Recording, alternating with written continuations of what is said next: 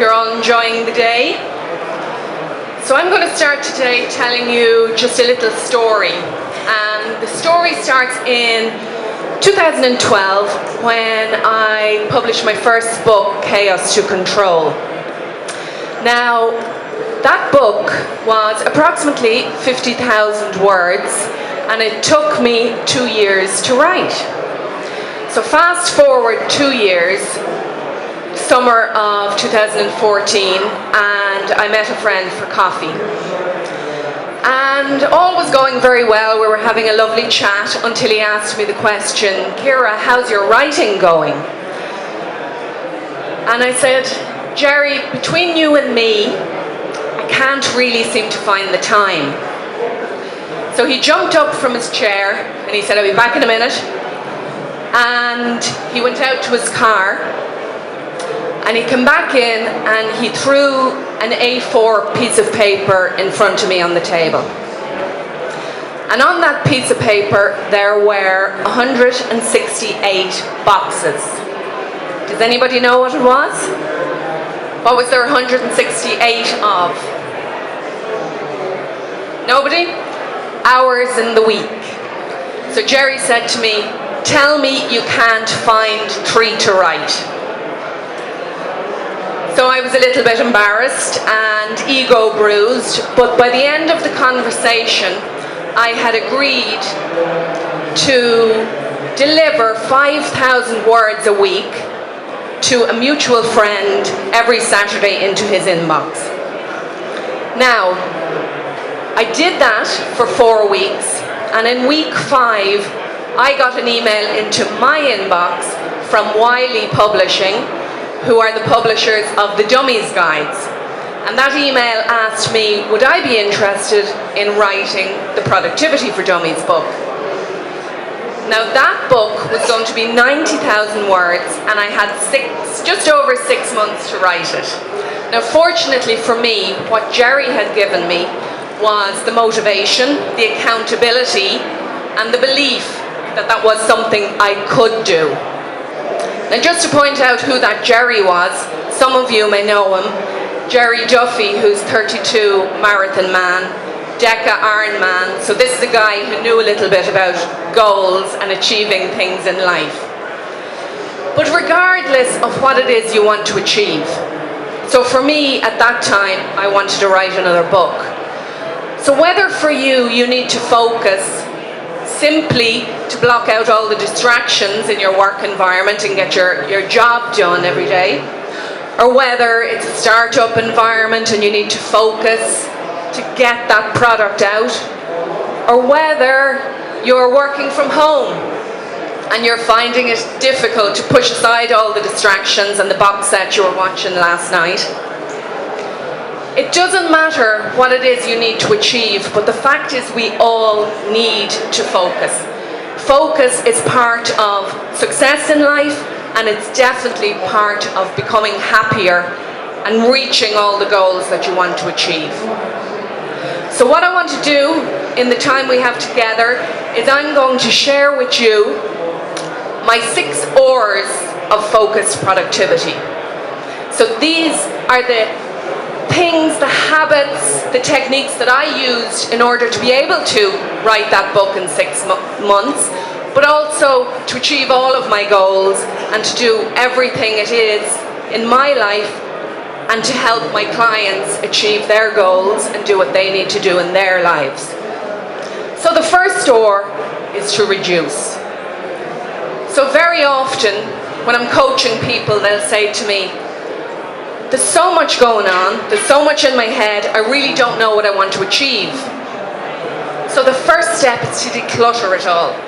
We live in the age of dramatic distraction, information age, information coming at us from all angles, everywhere, so much we all need to do.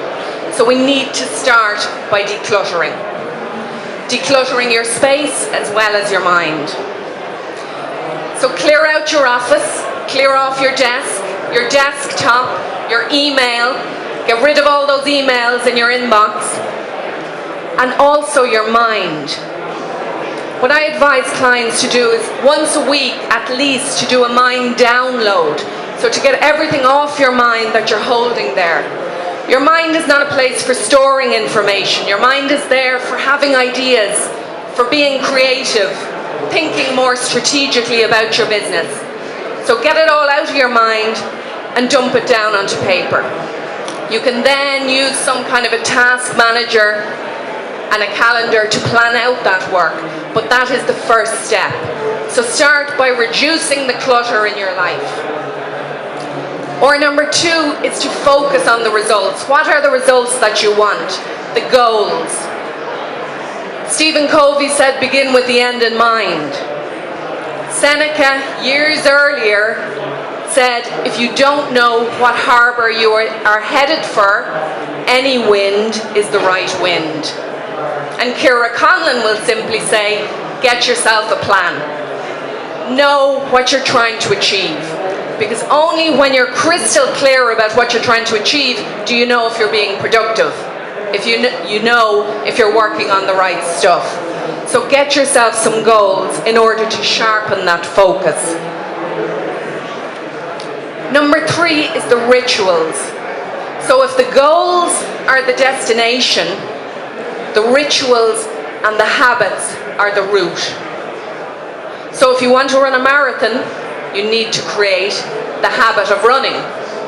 If you want to write a book, you need to create the habit of writing. If you want more sales, you need to create that habit of picking up the phone and making those sales calls. So the rituals that you do each day, the habits that you have will determine the quality of your life and how successful you will become. Now that's not just the only reason.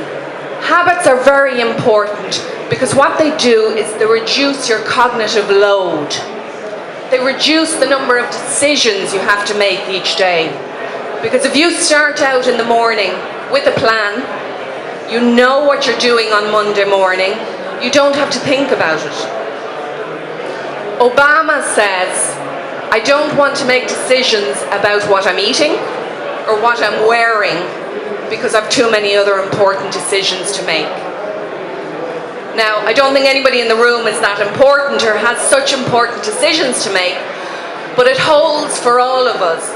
The more routine and habit we create in our lives, the more successful you will become. After the rituals, there's another habit that you need to do at least once a week, and that is the habit of the review or the weekly review.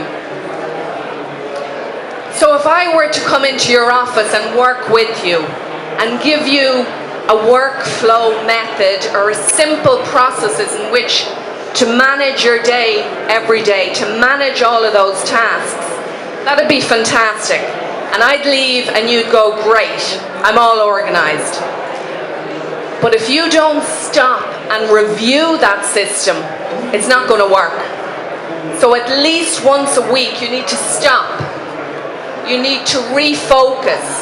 You need to look at, how am I going with my plan? Have I achieved what I planned out to do this week? Have I done what's in my calendar? And then look forward and look at what's most important. What are my priorities coming up? What do I need to achieve this month, this week, or simply what do I need to do today? So that weekly review is vital. In that time, you can also clear your desk, you can clear through your email and get your head in a space where you can think about what's important again. Also, in that time, you can do that mind download and all of the other bits and pieces that are important specifically for you and for your job. So the weekly review, what other R's are important? Of course, a really important R, which is to rest and renew. Many years ago, I was at a coach and she asked me the question, Ciara, what do you do to relax? And I thought, oh, I know. I'm very fortunate that every now and then on a Friday, I'll take a Friday off and I'll go to my local coffee shop and I'll write. And she said, that's not relaxing, that's using your brain. So what do you do to relax? So think about that question, what do you do to relax? What do you do to switch off your mind? Your mind needs to be silent, to be still, in order to renew it, to continue to be brilliant. So introduce another habit, a habit maybe of meditation or of mindfulness, something that's going to give you that stillness, so that next week you can have those brilliant ideas. And the last R is a serious one, responsibility. But what I mean by this is that it's up to you to take control and responsibility for your own life. I heard a guy say one time at a conference, everything you say after the word but is bullshit. So I would exercise, but I don't have the time. Or I would have delivered a fantastic project, but my teammates are all assholes. Whatever it is, whatever excuses you make for not achieving all of the things that you want to achieve, for not delivering all of the things you need to deliver, they're excuses. And when you make excuses, you're playing the victim. And we all know that victims don't become successful and don't achieve all the things that you're capable of achieving. So no more excuses. Put yourself in the driver's seat of your life so that you can take it to the destination that you have planned. So a quick recap. Reduce the clutter. Simplify your life to be able to focus on the important things. Focus on the results that you want. What is the goal? And stay focused on it. When you know your goal, then you can create the positive and productive habits that's going to get you there. Do a weekly review. Check in with yourself. Make sure you're doing all the things that are important. And make sure there's time for the rest and renewal so that you can clear your mind to keep thinking about greater things to come. And take responsibility. Take responsibility and take action. And please don't ever tell me that you don't seem to have the time. Best of luck, everybody. Thank you.